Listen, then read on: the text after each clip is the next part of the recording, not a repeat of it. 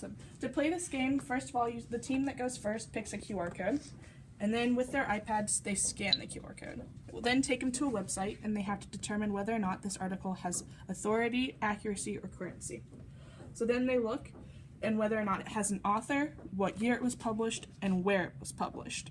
So students would look at this article and say it has authority and currency. So they would put their QR code in this section for both authority and currency.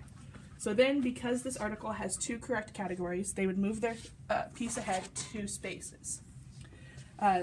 Students can move a maximum of 3 spaces if it has all 3, or no spaces if they get 1 category incorrect. The first team around the board to finish wins, and there are special squares as you go along. So the first special square is double. If you land on a double square and get your next answer correct, you get to move double the amount of points that you would have normally moved. Another special space is challenge. If a player lands on challenge and they are behind, they can challenge any of the players that are in front of them.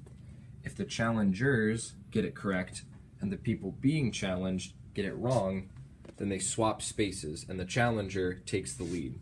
If they both get it right, the challenger will meet the challenged and they will stay on the same space at the front of the pack. If the challenger gets it wrong and the challenged gets it right, they stay in the same position. The next special square is immunity. If a team lands on immunity and gets their next answer correctly, they cannot be challenged for the next 2 spaces. And finally, our last special square is life or death.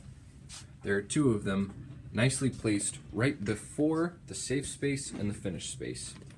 If the team gets it wrong on a life or death, they will go back to the nearest orange square, sending them all the way back to start or all the way back to the safe space.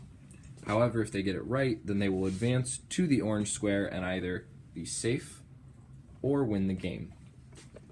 And that is the basics of how to play our digital citizenship game.